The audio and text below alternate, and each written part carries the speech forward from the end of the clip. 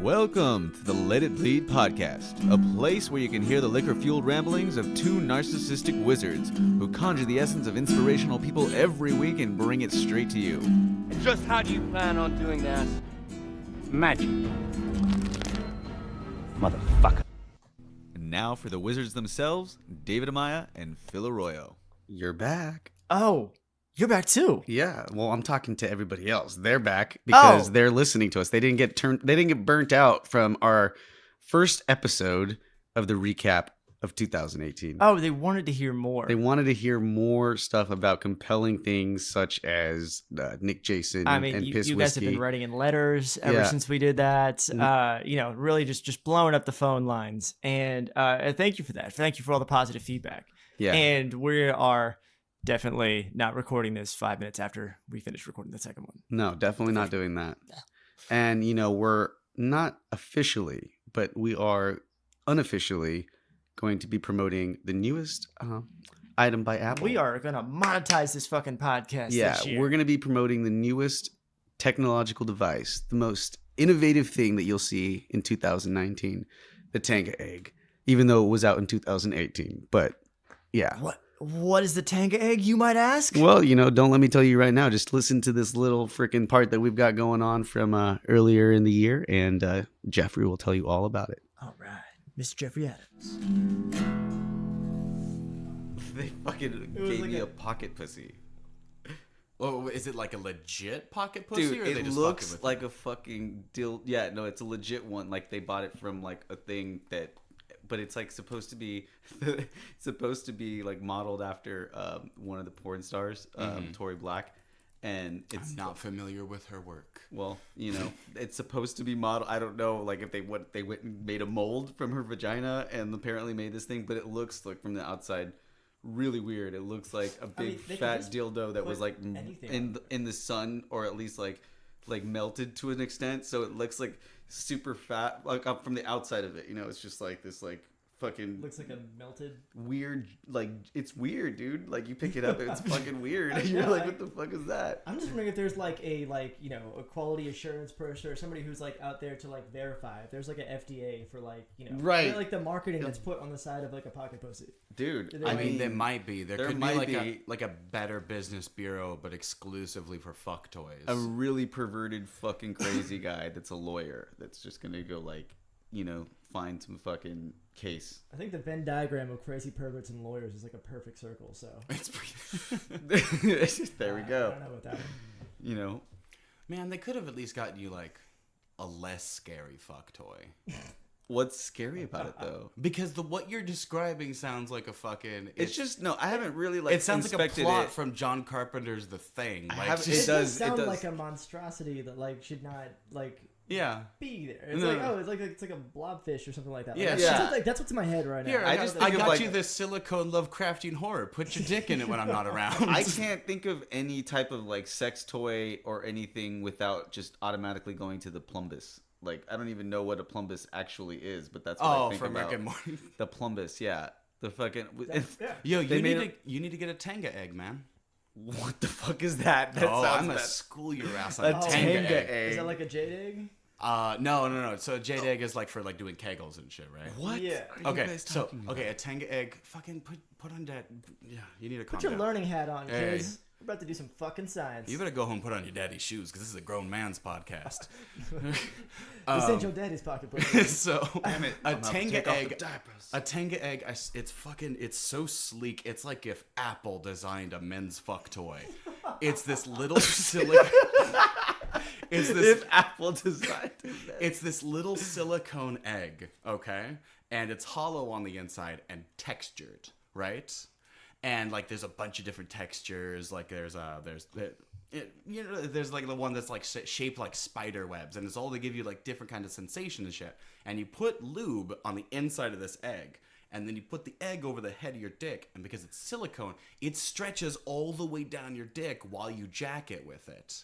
So it's essentially the whole like giant monster pocket pussy you got, but it's an egg.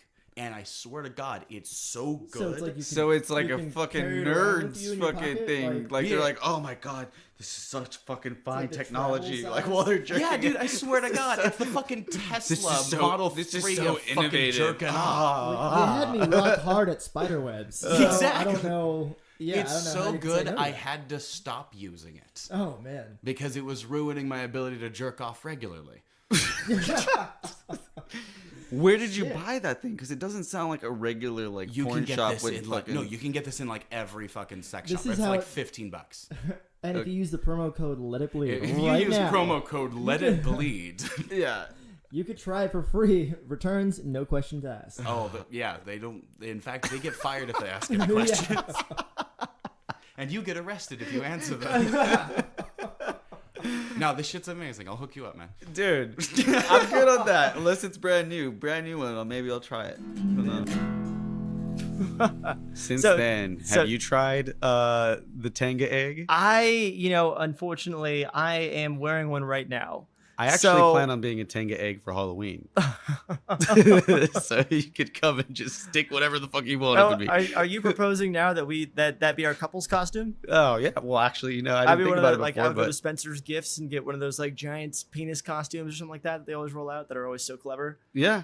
And then let's you do it. dude. I'll I have love the it. spider web texture inside me. It's I a date. wonder Yeah, if there we go. we would be Yeah, you able will. to have someone like Danielle point us in the direction where we can get a sustainable Tanga egg costume made. Okay. Yeah. Look at you back with the transition gold. You're on fire today. Yeah. On fire today. You don't have to point it out every time. Let other people just think I'm so great at it because you make it seem like I suck terribly at it on a normal basis.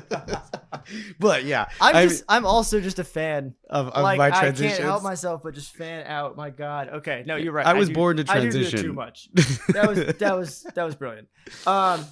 But yeah, I mean, this next person that we have on, she, definitely opened my eyes to a lot of fucking shit that made me think twice about what I buy now when I go to the store when I'm buying clothes. It's very important because we are, despite what people may tell you, in a state of where we need to be fucking panicking, basically, about what the fuck we're doing to this world. Yeah, we do, and that's an aspect of it that I, of a subject that I thought I was, well versed in, but my God, she really opened my eyes to a lot of shit on that, and I love when people come in here and just teach me just a shitload of stuff. Yeah, and I think this next one is probably the heart of it from that one. Yeah, definitely. So we'll just go ahead and let Danielle get right into it. Check her out. Especially people at the opening reception. I've been doing a lot of classroom tours to professors and their students, and students are people are getting it right. They're like, oh my God, they're connecting with the whole idea of the show, and they come up to me and they ask me, well, how can I avoid fast fashion? How can I be more ethical in the way I purchase things? What do I do? And I was like, well, the way I do it is just the way I do it. I don't subscribe to extremism in any form. That's great. So but what works for me may not work for you. Sure. So for example, my curatorial partner, Jennifer, she does a curated closet. So every season she just wears the same 30 items of clothing, and then she'll switch it out with every season. So if it's summer to fall, she'll switch out a pair of shorts for jeans. And then when she buys something, she donates something or gives it to a friend. So she practices minimalism in essence, and kind of, because that's ultimately, I've gone through this in my head multiple times. That's ultimately the real answer, is just to buy less. You know what I mean? Mm-hmm. I can't afford to buy American-made anything. An American-made basic white T-shirt, from an ethically responsible company is going to cost you $60, $70. Really? $80, yeah. If they do the manufacturing in the States, yeah. That's why it's so cheap overseas, is because they'll use child labor. Yeah, and women are paid, almost nothing. It's unsafe working conditions. And that's the thing about clothing manufacturing also, is that there's so many steps to the process, and your shirt will go through so many hands that it's really difficult for brands to be ethical in every single aspect. Even American Apparel was American Apparel, but they still got criticized for at one step in their manufacturing process, it being overseas and no one knew who was doing it and what was happening. So it's, everyone responds to it in different ways, I think, or as considering this issue of the fast fashion environmental crisis in different ways. But I think the key is that everyone's aware of it and they're wanting to turn it into a behavioral pattern. Yeah, because when I've heard this argument before, I've heard about it in terms of like, you know, the overseas labor and like, you know, what really goes into making like a cheap shirt. And I've you know, read a couple blog posts, but really it hasn't really, you know, sunk into my consciousness yet. And so this is kind of the first time really having the you know, the ecological impact like put out there. And so what do people not know, or even if they do have a little limited understanding, like is there like some crazy stat that you've got that like would blow somebody's mind? Yes. let me drop some knowledge. You already said something that blew my mind right there, because I knew about that, but I had no idea it would be $70 or $60 for a plain white shirt here. That already blew my mind. That's an eye opener for a lot of people. You can just Google American-made clothing brands and look at their shirts, look at their dresses. It's like $50 plus. You know what I mean? Like it's and that's expensive when you're talking about, you know, the average consumer in America goes to Forever 21 and pays $5 for a shirt. Right. And we're so used to the idea of it costing nothing, you know? So we have the same problem with our fashion industry as we do with the fast food industry, basically. Probably. Yeah. Fast fashion, fast food, y'all. There's a connection point. Yeah. Like meat shouldn't be, you know, $1.99 a pound. Like, but it's made in such gargantuan. I mean, beef is. Yeah, no, if we should actually be like that one. I've been all for. I don't think we have a scarcity of farms with cows. You know what I'm saying? Like, there's just so many. Like, there's. So we should. We probably maybe we should. Yeah, no, we should have a scarcity of farms with cows, because that is the number one thing that is fucking up. You know, American health, the environment. Like that is the biggest contributing factor, is the fact that we cannot get rid of meat. And if it did, you know, it would balloon up to, you know, $100 hamburger. I thought it was cocaine. Oh man, I wish that were the problem, because then we would eat less, and that actually would bring the thing. That's not bloody true. Noses. Bloody noses. No. Maybe if it was Adderall. Adderall, you eat less. Okay. Cocaine for some reason. That's true. Adderall, you do eat less. Adderall, you do eat less. Isn't it like that? There's some crazy fact that like greenhouse gases, like the major contributing factor is not cars, it's actually like cow farts. Yeah, or some it's methane emissions from cows. Have you ever driven through Fresno? Oh my god, yeah. No, my brother lives in Modesto. It's a shithole. Yeah. Literally. Sorry, Joey. Literally, like, smells like shit as you go. The overabundance of like antibiotics in there. It's like so many of these major problems we got can actually be tied back to that. Well, that's why I'm a vegetarian, is because of the farming industry. But the abundance thing. So when I was preparing for my talk for prior to the opening reception, I had to drop some knowledge and drop some facts. And I read that there's 80 billion pieces of clothing made a year. 80 billion. What? 80 billion. Let me check my notes in my phone, because I'm sure that's a thing. But I think that was what it was. It was like 80. Worldwide? Let's see. Let me pull up my notes, and I'm going to look at talk, and it says, 80 billion pieces of clothing are produced globally every year. And clothing made from polyester can take 200 years to decompose in a landfill.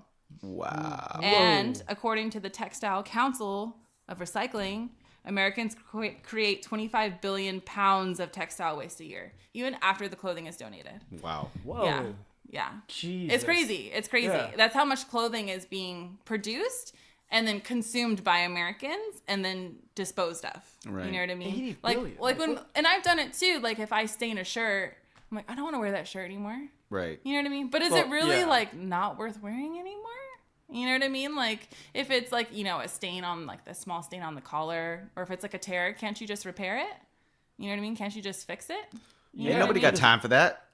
But that's our relationship with consumerism, right? And it's not just related to clothing. Definitely. Like the other day, for example, I was vacuuming, and I noticed the vacuum wasn't sucking. So I turned it over. I'm like, oh my gosh, this vacuum is clogged. I'm like, and I thought my first head was, I'll just buy a new one. That is so. I'm like, no, why don't I fix it? Take it apart, get a screwdriver, and just clean it out and fix it instead of buying a new one. Why do we always have to have the new and replace if there's something wrong with it? Why don't we fix it first? Right. You know? I tried to fix it. Because we think that it's a disposable item, and we think that when we throw it away, it's out of our mind and it's going away. It's not going away.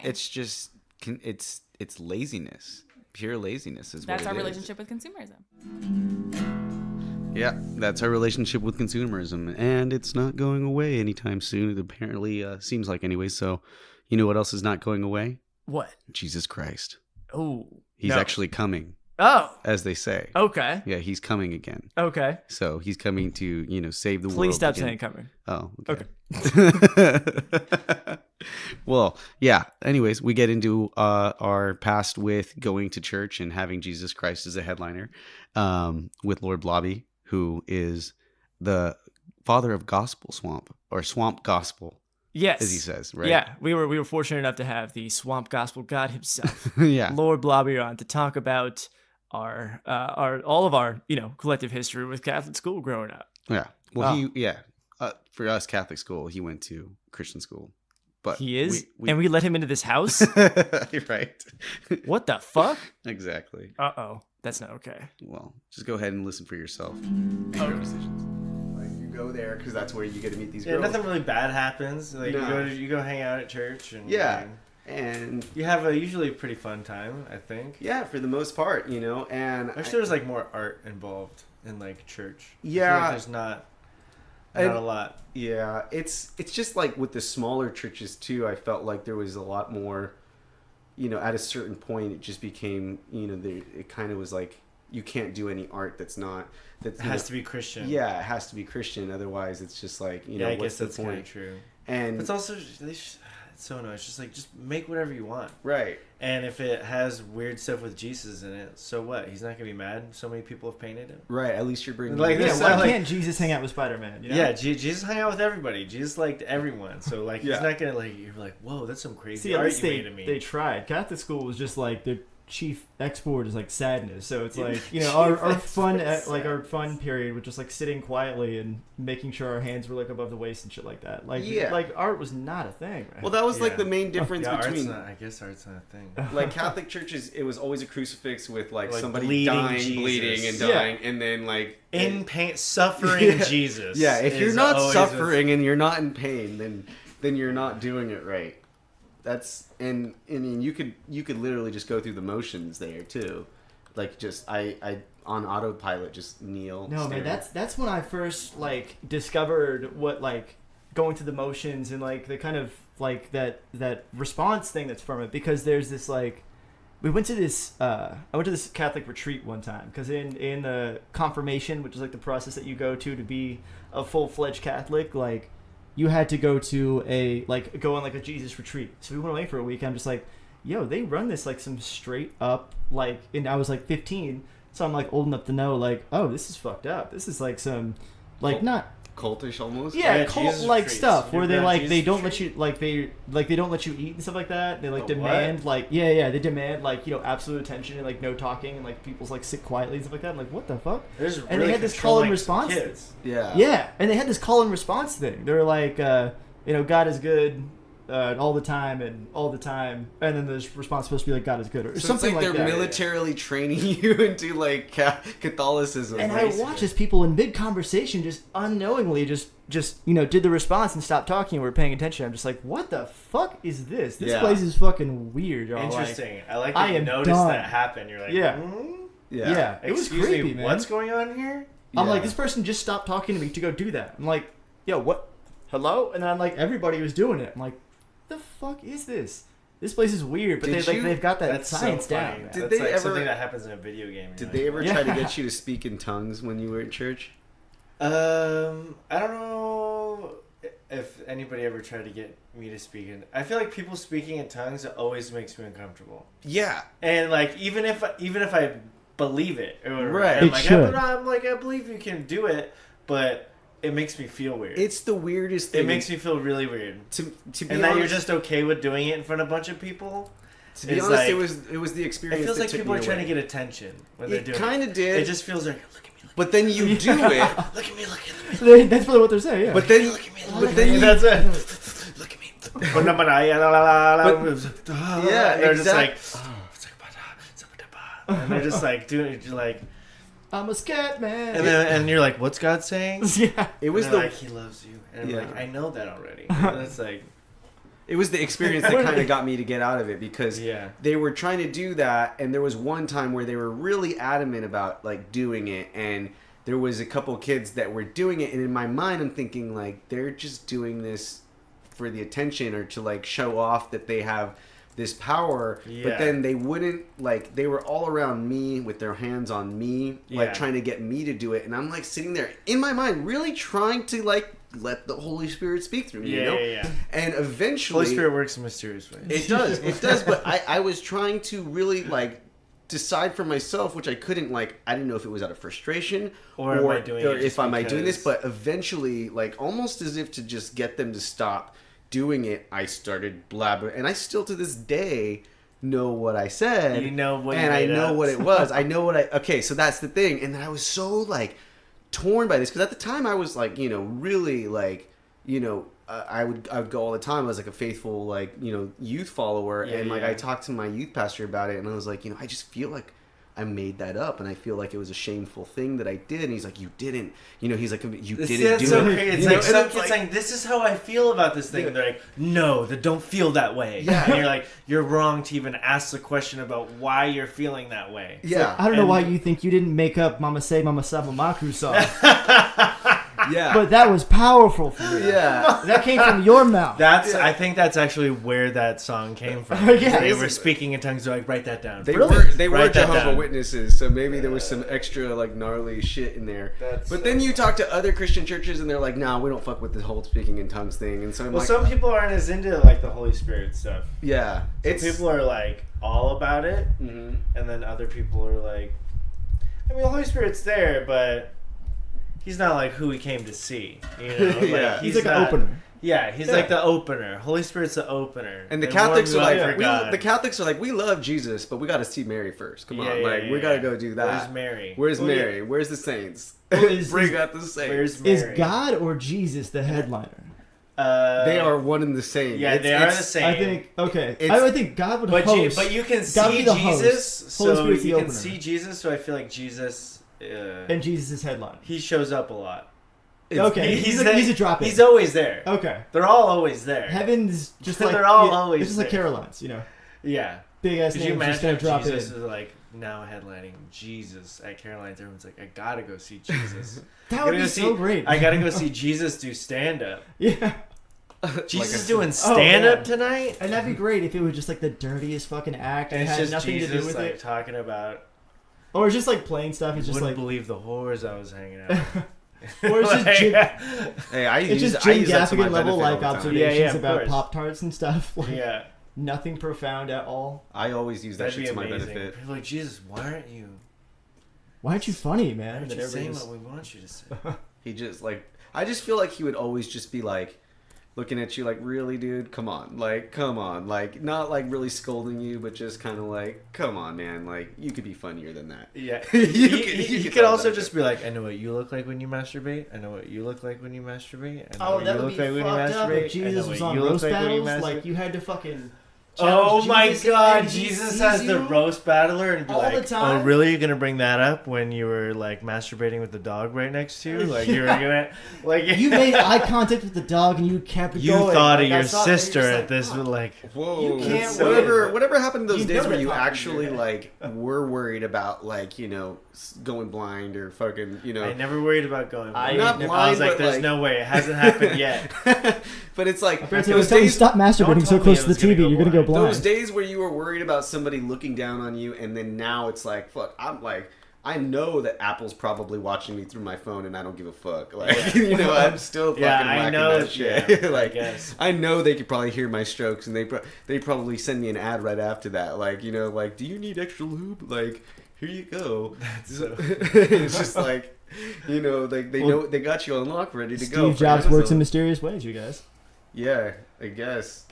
Maybe God was just like the precursor to Apple, so we got used to the idea of somebody watching us all the time, and so now that it's actually happening, And we how just- ironic that like we just now got used to it. the technology, they're just like like kind of keeping us from being able to have all of what we need so we could buy more shit. Like Well, the body of Apple makes like more The sense. body than the of body Christ. Apple. like the fucking wireless headphones, like they had those things that you could put on them so that you don't lose them, and So they're like, annoying. dude, I this s- is like just straight disrespecting you at this point. Like, I feel I kind of hated him at one point, but now I see people walking around with them. I'm like, that's kind of cool. no, I without like that. It looks at like no cords, and you just got these little things. I think that's cool, but then like they sell the cords to go with them, like To, as like- an extra thing, and it's like like the to hold your so that you don't lose. Kind of like the thing you put on like your sunglasses, so your sunglasses don't fall off while you're jet skiing. Yeah, so you don't.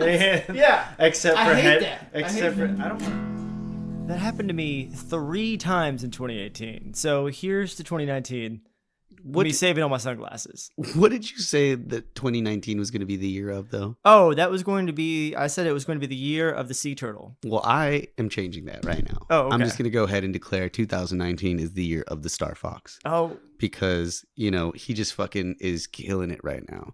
Star Fox, one of my best friends, Kevin Anthony Bernard, is just fucking taking the underground bass scene by storm. He's just fucking dropping tracks with everybody, fucking producing all kinds of dope ass shit. I'm so fucking proud of him, man. We've known him for years, and he's just blowing up. He got a record deal now. He's been playing all these crazy shows. He's doing festivals and shit like that. The kid is blowing up. It's 2019.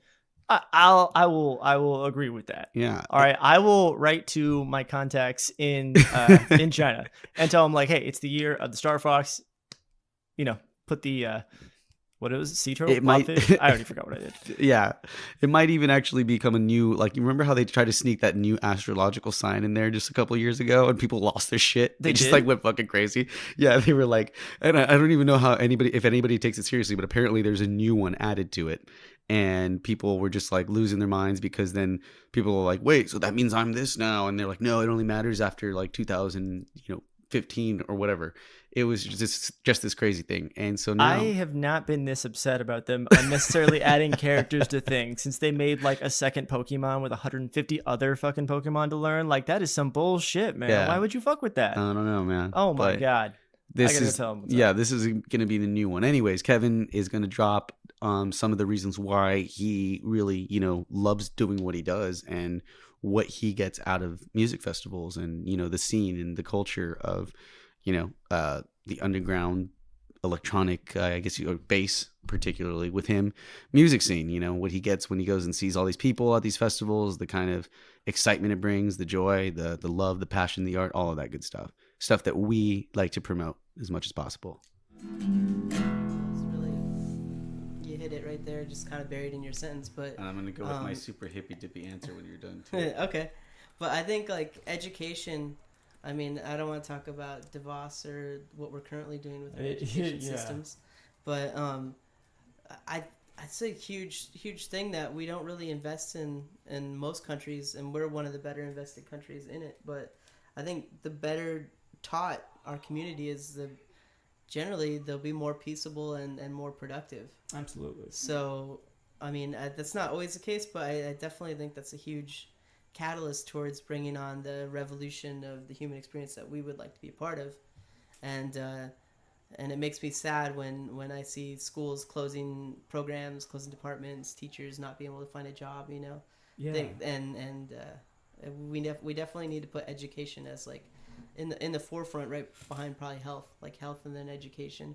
And there's a direct correlation between poverty, violence, and these after school programs and stuff like that. I was just reading somebody put together a timeline of the Illinois governor shutting down all these after school programs and stuff like that. And I don't remember the details all right now. And then crime 2 years later, crime spikes, and especially around these things. So does the rate of dropouts, stuff like that. All this shit starts going bad because of that. And then the governor and his cohorts kind of point to Chicago, and they go oh, well, obviously it's the mayor's, failed policies and stuff like that. And he's saying, no, this is picking up because there's all this going on. And it's just each one of these things kind of begets another. And I think a lot of it does start with education, like you're talking about, man. Yeah, and education too. We're starting to realize that it's the standardized way that they've done it for so long isn't effective for everybody. And there's at least now we have the ability to teach in so many different ways. But I think that, back to what my hippy dippy answer was going to be, something that you can do in positive ways other than just being a kinder person and paying it forward every chance that you get, because it is those little small things that do go a lot further than we can ever really measure. Making art, whether it's music, whether it's, art that speaks to people in a way where they can receive the message that you're putting out for them. And, it'll make them want to, do something about it. It'll move them to at least go in that direction, hopefully, because that's how I've been moved. You know, a lot of people receive things differently. Some people, react better by like watching direct information from the television. Some people like hearing it in podcasts. Some people like reading about it in the newspaper. Some people like seeing messages portrayed through movies. You know, that's a very effective way. Like the movies, there's a lot of bad shit out there, but you can definitely use that platform for, making positive messages for people. Oh, I was gonna say just real quick, like I think that actually is like that's playing out right now, and I think it is having an effect, because if like imagine if you felt really strongly about something and all the things that you loved, every TV show, all the comedy you watch, all the music you listen to, everybody's like, hey, if you like this shit, you're a fucking asshole. Like, I think that is definitely like wearing on people, and they're going like, oh man, like, do I give up all these fun, like these things that I liked, or do I stick with like my little community team here? And I think that's enough to kind of draw people away, and that like art is educating people about what is wrong with this shit. Yeah. We were all educated by our like movies that we grew up on, like we were talking about right now. Lessons learned from the movies as well as music, And as you grow up, you start to relate to the people that you listen to, and all the words that you used to chant without really understanding them growing up, like start to take on a whole new meaning, and you're like, holy shit, yeah. Now I've like experienced that, what they were talking about, what they went through, and it does shape you, just the way you believe, in so many ways. And yeah, so that was my answer for how. No, it's a great answer. I think art and music and those like forms of human expression really connect us a lot, and are pretty much the opposite of war. Like that's when I was in college, I was trying to decide if I wanted to be a biochemist and work in a lab, or maybe be a doctor, or if I want to do music. And I chose music because I felt like it was the best thing that I could do with my energy on this planet, and because I felt like it was the opposite of war.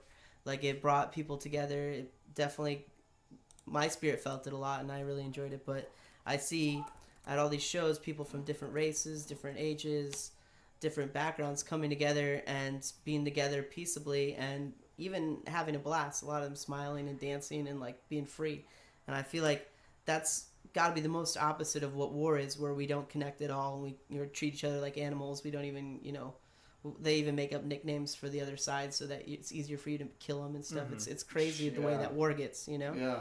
And so I'll always think about that in music, and I'm thinking as the times that we're going through, that it's the like bands like Rage Against the Machine and stuff like that really brought political values in their music, and so still put on a great show.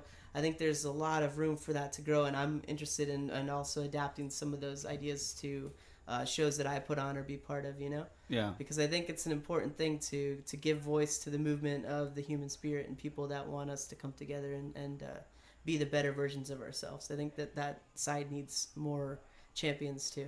Definitely, so to speak. We are the champions. We are the champions. Every time I hear that, I just have to butcher it.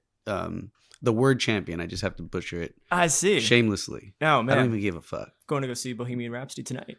Tonight? Yeah. Really? Looking forward to it. Yeah, no, a little late to the party, but... Oh, I thought you were joking. Is it still out there? Yeah. Oh, nice. You guys have tickets and everything? Well, we had to go a little far, but yeah. Oh, nice. Well, let me know how it goes, even though I know it's great. Speaking of devotion and champions, we have another champion right here that's going to be coming up, talking about what it takes to be a dedicated tattoo artist, mastering your craft and putting all your love, blood, sweat, and tears into this shit. Even though... a little bit more blood in this particular scenario, but yeah, exactly. Blood, sweat, tears, and ink. Blood, sweat, tears, and ink. What's funny is Chad's actually started on a new journey. He has retired, at least for now, from tattooing and kind of gone over to Guatemala, and he's traveling in South America right now. Oh, that's right. I did see that on Instagram. Yeah, so he'll probably pick it up down there. I don't think that's like a thing you lose, but right. Yeah, so let's jump into him talking about it.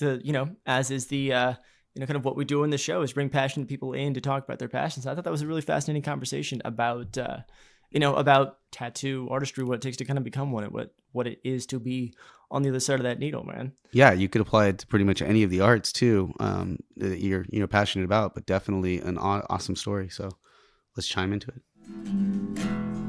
Who is gay, and he wanted to get a merman instead. And so I'm like, oh, okay, now's my chance to kind of push it, because he's awesome. And his boyfriend actually got, I'm kind of changing the subject for a second, but his boyfriend got the word "something simple" tattooed on his arm. Something simple? No, I'm sorry, something small, because everyone comes in like, oh, I just want something small. I don't know what I want. And so he said that, and I was like, we should just do that. Yeah. He's like, what? I'm like, the word "something small." He's like, oh, huh. And like, kind of sat on it for like a week and came back. He's like, that's totally my humor. I want to do that. Yes. So we did, and like typewriter font, we did the word "something small." I love it. Yeah, and so after that, his That's actually how I like had that envisioned too. It's like the typewriter font. Yeah, just super simple, super small. It was amazing. So yeah, his boyfriend got this merman, and the merman not only has like heart nipples and is flexing and is like his favorite male video game character face going on, but in the scene with the ship sinking, I convinced him to do a butt on the flag of the pirate ship because they're the ass pirates. And he was totally into it. And these two guys, they're not flamboyant or anything crazy like that. They're not in your face. They're not making out, trying to show you how gay they are. They're just two normal guys that are gay and get amazing humor. And that's probably one of my favorite tattoos is the merman. I love and respect the shit out of that. That's amazing. They're so rad. My gay friends that were older than me, my managers, I used to hang out with it all the time. With me and my ex would go over there and would just smoke with them all the time, and like their humor was just like it was like the most fun thing, because like they would do some shit like that, like to like get something completely ridiculous on there like that too. Yeah, I know actually a lot of friends, gay or straight, that would do something like that. Actually, like if they would get a dick butt, shout out to K Tribe, they would probably have 10 people out there that would get dick butts. That's rad. So what's that like when he comes to you with that request? You know, does he just tell you or some of his ideas, or did he just let you kind of like his idea? You know, we kind of build off each other, and I think every tattoo I do, it's not just me being like, I'm a tattoo artist doing my thing, it's building my own. Yeah, it's a very collaboration. It's pure collaboration, and it's not only just communicating, but it's the client sitting in the chair, handling the pain, letting me do my thing, and just it's working together, and I think that's a huge part of the process. But yeah, he came to me, had a consultation, and he said he wanted, you know, the Sailor Jerry Flash, and he showed me the mermaid, and he's like, oh, but I want this character as the face, I don't want him buff. And we started kind of spitballing back at each other, and that's when I had the ass pirates idea. Okay, nice. And he's like, you know what? I also want heart nipples. I'm like, yes. And so these ideas just started to build up, and it was incredible. And I drew it up, and he actually got tattooed at Musinc with me, so he was at the convention, letting me do that for him, and everyone was able to watch me make this guy make the on his bicep, merman butt pirate tattoo. Yeah, that totally. is fucking sick, man. Yeah. You don't really see those tattoo shops anymore that have what you were describing with like like the ones you'd see on the Sunset Strip in Hollywood Boulevard that like tourists would go to. The Flash stuff. So those are the areas you want to go, like busy, high foot traffic. You know, on PCH, across from Secret Spot, there's those few street shops. You'll probably find a lot of Flash on those walls. So that's what it's called? I never knew that before. That's what Flash? Like, where you just go and like pick one and then because they're like quick, like 20-minute tattoos or some shit. I guess so. You know, it's that's like all the a Friday brilliant point. Stuff, Is it right? just so quick? You know, flash in a second, like in a That's what I always just assumed. I never even connected that. Did you ever see Son-in-Law? The movie with Pauly Shore, Son-in-Law? I just remember this scene where like he's taking that girl, he's like kind of getting her Californianized. Okay. And like you see Flea from the Red Hot Chili Peppers is like the tattoo artist, and she's like, oh, I like this one. It's like a butterfly or something. He's like, you pick it, I stick it. It's just like that's like the one thing I associate with that. Like, so now Flash tattoos. Yeah, I think that's their slogan. That's like the tattoo industry in the United States kind of growing. And back in the 50s, that's what it used to be, because it stemmed from sailors going to port cities, docking, and going to a tattoo shop and picking Flash and getting tattooed, getting out of there, getting drunk, getting a prostitute. And it was like the cycle, and that's what they would do. And that's when like sailors and bikers were the ones getting tattooed. And since then, it's began to grow into the art form that it is, where it's custom tattoo artists, and they get to make their own art that flows with the body. And we've taken from all over the world, where Japanese culture have these intricate bodysuits that use wind bars to flow with the muscles, and now we've just built off each other, and now these custom tattoo artists know how to flow with the muscles, and kind of I think there's like a spiral in your tattoo, Phil, that maybe could be right here. I think maybe I'm not really sure. if I remember the drawing, there's like a spiral of galaxy in the shoulder area. Oh, yes. Okay, so that was part of the initial outline. I do remember that being there. Yeah. And then like the way he layered in the clouds, I think that was the craziest thing to me, because there's all this like this kind of detail in the cloud shapes, Yeah. like, and like when the first coat went on, I was like, okay, and like I was starting to see it as he was like shading down from Yeah. like where the hard lines of the spiral were, and I was like, oh my god, that's great. I would have never like thought that that's how it gets applied like that. Yeah. And it was that was like part of it. So I think there might still be a loose one in there, but Yeah, he might have there's like like shaded a over part spiral of it. going on, and that's a huge part. Like having a spiral right here and like flowing down with the muscles here is a huge part. And just there's so many ways to bend with the muscles that it's so organic, and I think tattoo artists should take advantage of that. That's like great. I just like, got considered tattooed that. myself, and I designed the composition. So I sent the dude the photo of myself shirtless, and I Google image post or stacked two horses on my belly, and I wanted like the hips to be on my hips with like the bellies on my belly and like the heads on my ribs, so they It's they like a would centaur breathe thing? with me. Well, no, it's like just two horses. Oh like shit! this. Yeah. And, like, Okay, I see what you the mean. hips are my Damn. hips and the legs are my legs, so Fuck they yeah. move with me. And I think that's such a neat thing with tattoos that you don't get with painting and canvas, because it is just that rectangle or whatever shape. You can get creative with it, but generally it's that rectangular shape. Yeah. But with human bodies, they're so weird and they move all the time that it's nice to take advantage of that and make things flow and move around. Like I just posted something on my Instagram of the sleeve I finished, and it's a tree sleeve, and I drew this. Have you ever seen leaves dancing in a circle when it gets really windy? Yeah. So I made the same thing go around his elbow, and I think that's really neat. Yeah, that is Yeah, cool. and just kind of having things flow and move with the arm or It's the body. definitely more unique than a spider web. Yeah. And that's always a fun one, because it's like, why would a spider web be on the outside? We think it'd be on the inside. And there's a girl I worked with, Elle, who's amazing. Her husband had a spider web in his armpit. He was like, I like that, but like, really, a spider wouldn't be hiding on my elbow. It'd be hiding somewhere like warm and dark, hidden. So he got one in his armpit right here, and I think it's fucking awesome. is I pretty like funny. that. Yeah. Fucking hidden spider, man. Kind of unique. Hidden spider. Man, that was There's a comma there. Not hidden Spider-Man. So you were an apprentice Just right to be now? clear. No, He's I apprenticed for full-fledged. 2.5 years, and November was my 2-year mark as a professional. So I've been tattooing professional for 2 years now. So Little how one did you year. go Congratulations, about man. Thanks. initially from the time that you decided that you wanted to do this? How old were you? Like, what age were you when you said, it's- I'm going to pick up a gun and start doing this? It was Lily Coos, my ex-girlfriend in high school, who had a kit, and she's like, "You're an artist. You'd be good at this," as ignorant people do when they're tattooing at their house. They're like, "You do art, you could be good at tattooing." I was like, "Yeah, I believe you." So I tattooed like 30 of my friends, and I just fell in love with it. And then I tattooed myself, and there was just a point where I just knew I couldn't really grow anymore. So I started doing research and found out that you can get an apprenticeship, and there's a right way to learn. And as soon as I did that, I stopped tattooing, and I was like, okay, I need to do the apprenticeship, because that's the right way to learn. And I said no at the time. I was tattooing my friends, and I see tattoo shops, but I was kind of scared to go into them and ask them shit, because I feel like they would want to beat me up. Because there's always there's a stigma, of scary tattoo shops, and I was very scared of tattoo shops. Oh, really? Yeah. It's kind of like a surfer thing, like, don't come around here. Yeah, locals only. Like, locals only. Totally that vibe. Okay. So I went to OCC, and I took art classes, and I put together a portfolio of just art, and that's when I did research, and I found Mechanical Concept, and that was actually the first place on my list of places I wanted to do apprenticeship. Oh, right on, man. Yeah, and I like the vibe of how nice, how clean, and how art-driven they are. And so I went in. I think I sat in my car for like 30 minutes, just seriously sweating so much. I was so nervous. Oh, and man. I talked to Brian, and he was super cool.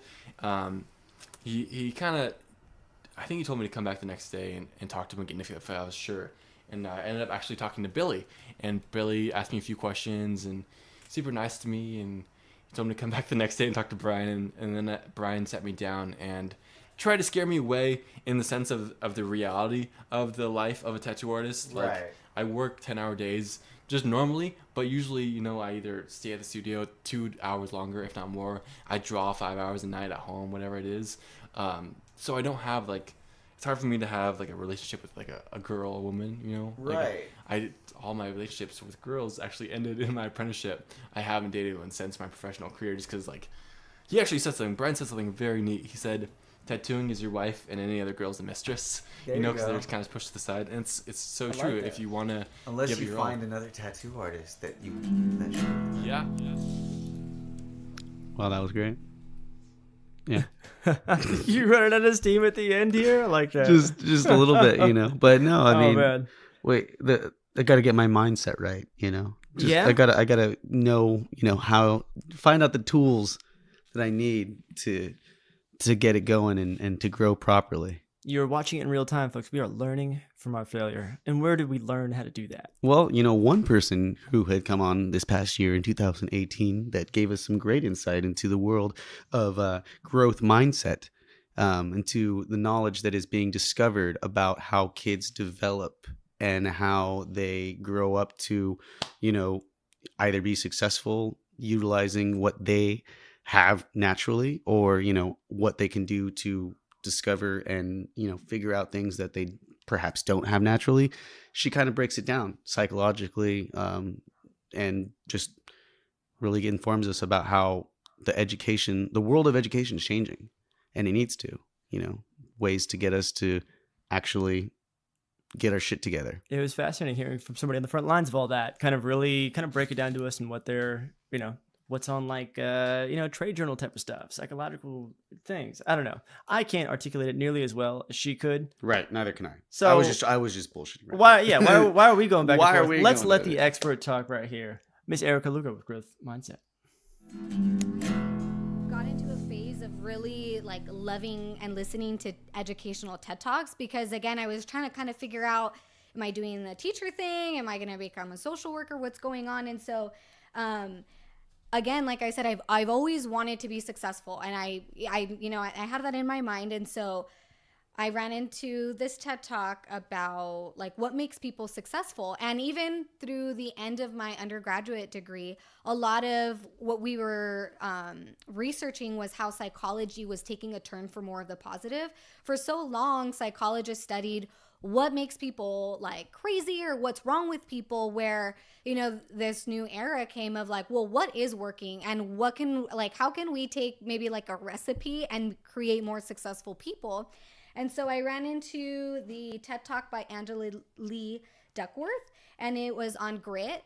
And so she talked about how, forgot what her first job was, but she went into teaching, and she realized that, you know, there was very intelligent students. There was kind of like the middle students and the low students. And she noticed that even the most intelligent students sometimes just kind of lacked the drive to be successful. Like they had everything there to be the best student, but were kind of lazy about it. And yet, you know, maybe you had that low student or the middle student who had more of that grit. And so she describes grit as the passion and determination to, you know, reach your goal. And so that really sparked her interest. She started researching different careers and different people in success, and even started to observe, like, she said she went into certain jobs and she would observe people kind of by their work ethic, not so much their intelligence. And she started to be able to pinpoint like who was going to quit and who was going to like stay for the long run. And so she ended up finding that grit is that one thing in successful people. It's that passion and that determination to kind of keep going.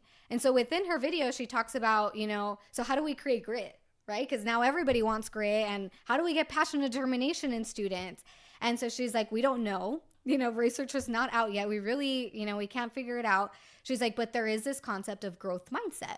And so growth mindset is the, it's an idea that you have of yourself. And we have different mindsets for maybe how you play a sport, and maybe who you are as an artist or a teacher, or even a daughter or a son. You know, we all have these like ideas of who we are. And so she talked about how this growth mindset is just reframing our almost negative ideas of who we are and creating more of this growth mindset. And so there's the two. There's a fixed mindset of like, you know, I suck at math. That's fixed mindset. You're pretty much letting that be it. And then there's that growth mindset of, you know, what am I missing? Like, am I maybe lacking in multiplication? And if I practice multiplication, am I now good at math?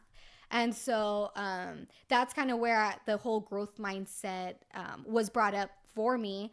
And then just throughout my own education, Carol Dweck is the psychologist that really had this whole research when she came out with a book. And so yeah, growth mindset is the idea of being able to always improve, being that lifelong learner. And if you have that mindset, then there's really nothing stopping you. Not even a failure, because you're like almost willing to fail because you understand that that's okay and that you're still going to learn something. Mm-hmm. Well, okay, so now going back to this, I was a kid that always wanted to try different things growing up, but then I was kind of in a way discouraged from it, because people, I think back then, and especially because when you graduated from high school not really knowing if you were going to go to college, I kind of was like, well, I'm going to go to this junior college, but I wasn't, like the kids that were in my honors classes that by the time they were sophomores already knew where they were going to go and had all that the idea that they could pick something that young before they even developed into who they were as adults or whatever, figuring out what they wanted to do. Do you think that that's a good or a bad thing to get somebody on a track to one single thing, or should you try to get them to experience and try out so many different things just to see, She's her own best example right there. Right. Yeah, I mean, I think, again, we have to be aware of just people's own personal risk factors, but I feel like education is really changing. It's not that concept of sit down, be quiet, and, fill out this worksheet and regurgitate whatever you're reading from the book. Education is really taking a turn, because really the only thing between a teacher and Google is basically the connection, those relationships, that person that's going to motivate you to keep going. And so education has really taken a turn for the positive, where, kids are being more exploratory. We're asking them to be more critical thinkers and problem solvers, because the way our world's going, we need these young children to pretty much fix a lot of the mistakes that we've made. And so yes, I mean, I think there's that healthy balance there needs to be a healthy balance of risk-taking and, still being aware of what you're doing. I wouldn't go and say, oh, let your kid do absolutely everything so that they can, because, again, that could be detrimental and may, cause trauma, which then may stop them from even trying anything again. You really have to be case by case. Yeah, case by case, and truly understand the child and what the child is almost asking of, for yourself. I mean, I didn't know you as a child, but if you were that kid that, was constantly exploring and wanted to touch things and figure things out, if that's something that was innate in you as a parent, why should I take that away from you? Ain't nobody gonna take nothing from me except for me. I take shit away from myself. Your own worst enemy. Yeah, my own self-saboteur, as they say. Man. Yeah, you know what? Somebody's going to take away from you your ability to breathe if you ever go to one of her shows, because you'd be laughing so hard. That's Kelly McConville. Oh, shit. Yeah, she's fucking hilarious. Even just hearing her voice, she was makes fantastic. Me smile. She's just naturally funny. She's got a great laugh. She's got a great laugh. It's contagious. Exactly. It just makes you go at it. It's and I like hanging out with her because I say stupid shit that is not funny, but she still laughs anyways, and it makes me feel good. She makes me feel great about myself, too. Yeah, exactly. Oh my God, she's my favorite guest. She can come on anytime. Totally. Oh, man. So we basically just go into a story about how both she and I are idiots. So, yeah. And Phil, I think that's all they need. Yeah. Let's roll it. Okay, so I had this huge dent in the side of my car, and this guy rolls up to me, and it's he's in this shitty car, and he's got his friend in his car with him, and he's like, hey, I can remove that dent for you right now. Just pay me $100 and I'll just what is it called? And, this is before the Me Too era when catcalling was just rampant. It's fucked up, Yeah.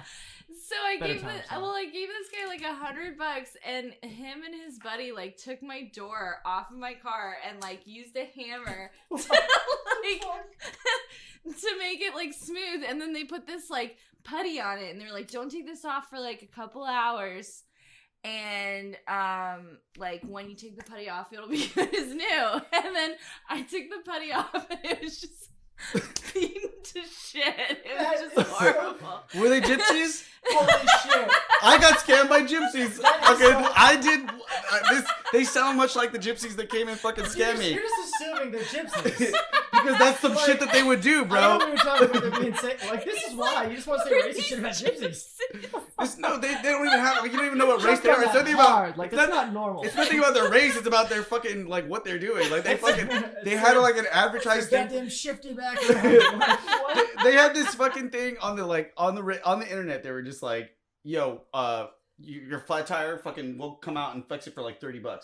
Came out after they fucking literally all they needed. I just needed a fucking WD-40. That's all I didn't have, and they took it off for me and $300 something. Like, what the fuck? Like what the fuck? Like what the actual fuck? And then they just bust out all these fucking fees. It was just two dudes in like a fucking my car. Like their car was like smaller than my car. Like it wasn't even like a fucking truck or anything like that. They didn't come with a tow. Therefore, you don't know the money. Well, my car's bigger than your car. I had a bigger heart back then. No, it was just like they were in like a fucking regular like Toyota. It was just like in their regular clothes. They didn't have like a sign on the side of the door or anything. They were just like these two guys coming from a fucking party. They were like literally gonna take my tire off my car. I fucking love these guys. I want them on the show because like that is so funny that like they went through like their scam is just they're still doing most of the work of a legitimate business. Like it's not any easier. All they're doing is just saving themselves the trouble of having to learn how to fix dents. Like. They still like went and found you, like got your business, sold you. Yeah. Oh, by the way, it was 3 hours later. Took all the time to like do this, which is like about how much time it would probably take to remove a dent. Except instead they chose to fucking hammer it and put putty over it. Shit out of my car. Yeah, bro, it's like those people. Like that is the funniest fucking thing I have ever heard. Like I want Netflix to fucking find these guys and give them at least a feature on one of those stand-up like episodic things for like 15 minutes. And how much did you pay them? Like $100. I was like, this is such a good deal. Oh shit. Oh my god, I was such an idiot. But this is how I feel. Like that's whatever the opposite of a happy ending is. Yeah, a lot of these stories are gonna be sad. Yeah. Yeah. Totally. They're gonna be really sad. But like I can't even be mad. Usually it's when those things happen, like I can't even be mad. I just was like, well, I'm a fucking dumbass, you know, like yeah. That's just how it goes. We've learned that David and I are fucking idiots. She wasn't wrong. That's what we learned. But I already forgot it because I'm a fucking idiot. I think that's what all of us really learned in 2018. Yeah. And as is evidenced by, you know, both parts of our best of series here that we released in 2019. It should have been out before 2018. Okay, hey man, you know what? I did better, but yeah, we still made it a little bit after the month. And if you, it's okay. Yeah, if you stuck around and listened to this whole shit, both of them, both episodes of just us recapping and being dumbasses, then thank you. Kudos to you. You are you're the real. What do they say? What do the kids say these days? You're the real cat's pajamas. Oh yeah, that's what they say. Yep. The bee's knees. Here's to you, gumshoe. Yeah. Oh man. So thank you, for tuning in. We're gonna come back at you in 2019 with a lot more bullshit, and just kind of. So make sure you guys subscribe to us on however you guys get your podcast. May that be Apple or your Stitchers, your Spotify's, your Flimmy-Flams, your Jabberjews, or your Konnichiwas. Any of those. We are all over the place. We make it so easy to get these into your ear holes. Yes. Every goddamn Thursday that we feel like. Yeah. All right. And if you guys want to contribute to our cause, you can send us schmeckles anytime that you like. Yes, we accept schmeckles, which is a Bitcoin that we're launching. Yeah, it's a new one. But thank you guys so much. We hope you guys have a great 2019. Thank you for giving us our 2018. As always, let it bleed.